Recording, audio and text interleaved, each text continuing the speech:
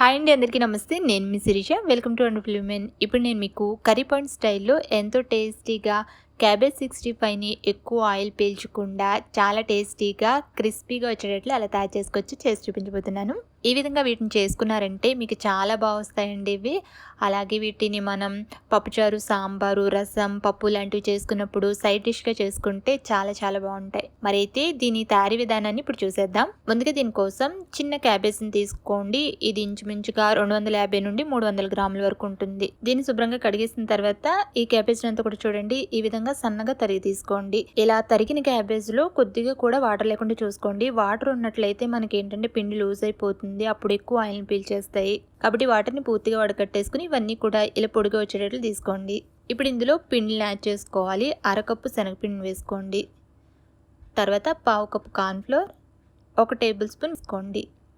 ఇలా పిండిని యాడ్ చేసేసిన తర్వాత ఇందులో 1 టీ స్పూన్ అల్లం వెల్లుల్లి పేస్టు, 1 టీ స్పూన్ కారం, 1 టీ స్పూన్ ధనియాల పొడి, 1/2 టీ స్పూన్ గరం మసాలా, చిటికెడంత పసుపు, అలాగే చిటికెడంత రెడ్ ఫుడ్ కలర్ని వేస్తున్నానండి. నేను ఇక్కడ కర్రీ పాయింట్ స్టైల్లో మనకి ఇవి మంచి రెడ్ కలర్లో కనిపించడం కోసమే వేస్తున్నాను. ఇది ఆప్షనల్, మీరు ఫుడ్ కలర్. కాకపోతే ఫుడ్ కలర్ వేసుకోకుండా ఇవి రెడ్ కలర్లో రావాలంటే మీరు తీసుకునే కారంలో మామూలు కారం కాకుండా కాశ్మీర్ కారం వేసుకోండి, కొంచెం ఎర్రగా వస్తుంది. రుచికి సరిపడ ఉప్పు కూడా వేసేసుకుని ఇవన్నీ కలిసేటట్టు బాగా చేత్తో నలుపుతూ వీటిని కలుపుకోండి. అప్పుడు దీంట్లో ఉన్న వాటర్ అంతా కాస్త బయటకు వస్తుంది. ఆ వాటర్తోనే దీన్ని మొత్తం మనం కలిపేసుకోవాలి.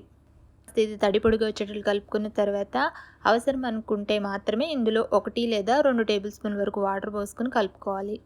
వాటర్ అస్సలు ఎక్కువ పట్టవండి, చాలా జాగ్రత్తగా కొద్దిగా మాత్రమే వేసుకుని కలుపుకోండి. వాటర్ ఏమాత్రం ఎక్కువైనా పిండి లూజ్ అయిపోతుంది, మనకప్పుడు ఇవి ఎక్కువ ఆయిల్ని పీల్చేస్తాయి. కాబట్టి దీన్ని విధంగా కాస్త గట్టిగానే కలుపుకోండి. ఇలా కలుపుకున్నప్పుడు మాత్రమే ఇవి మనకి ఎక్కువ ఆయిల్ పీల్చుకోకుండా క్రిస్పీగా వస్తాయి. ఇలా కలుపుకున్న పిండిని కలిపేసి వదిలేసారంటే దీంట్లోంచి వాటర్ అనేది ఊరి మనకి ఇది కొంచెం లూజ్ అవుతుంది. కాబట్టి ఇలా కలుపుకుని వెంటనే వీటిని వేయించేసుకోవాలి. సో పిండి కలుపుకోవడానికి ముందే మీరు స్టవ్ మీద ఆయిల్ని వేడి చేసుకోవడానికి పెట్టేసుకుని తర్వాత పిండి కలుపుకున్నారనుకోండి, పిండి కలిపే లోపల మనకి ఆయిల్ కూడా హీట్ అయిపోతుంది. పిండిని ఇలా కలుపుకున్న వెంటనే మనం దీన్నంతా కూడా ఆయిల్ మీడియంగా వేడెక్కిన తర్వాత మాత్రమే వేసుకుని వేయించుకోవాలి. ఆయిల్ సరిగ్గా వేడెక్కపోతే మనకి ఎక్కువ ఆయిల్ని పీల్చేస్తాయి. బాగా వేడెక్కితే తొందరగా వేపు వచ్చేస్తాయి కానీ సరిగ్గా ఉడకవు. పకోడీ మాదిరి కొంచెం పలుచగా దీన్నంతా కూడా కడాయికి సరిపడా వేసేసుకుని వీటిని మీడియం ఫ్లేమ్లో పెట్టుకుని నెమ్మదిగా కలుపుకుంటూ క్రిస్పీగా ఇవి మంచి కలర్ వచ్చేంత వరకు వేయించుకుని తీసేసుకోవడమే. ఈ విధంగా ఇవి బాగా వేగిన తర్వాత దీంట్లో ఉన్న ఆయిల్ అంతా బాగా విదిలించేసుకుని వీటిని టిష్యూ పేపర్ ఉన్న ప్లేట్లోకి తీసేసుకోండి. ఇదే విధంగా మిగిలిన పిండితో కూడా మనం వీటిని రెడీ చేసేసుకోవడమే. ఇలా మొత్తం అన్నిటిని వేయించుకుని తీసేసుకున్న తర్వాత ఇప్పుడు ఇదే ఆయిల్లో చీలికలుగా కట్ చేసుకుని కొన్ని పచ్చిమిర్చిని, కొంచెం కరివేపాకును కూడా దోరగా వేయించేసుకుని తీసుకొని వీటిని వేయించుకుని తీసుకుని క్యాబేజ్ 65లో వేసేసుకుని సర్వ్ చేసుకోండి. ఈ క్యాబేజ్ 65 అనేది చూడడానికి కలర్ఫుల్గా బాగుంటుంది. అలాగే మనం దీన్ని తినేటప్పుడు అక్కడక్కడ ఈ పచ్చిమిర్చిని కొరుకుతూ తింటే స్పైసీగా చాలా బాగుంటాయి.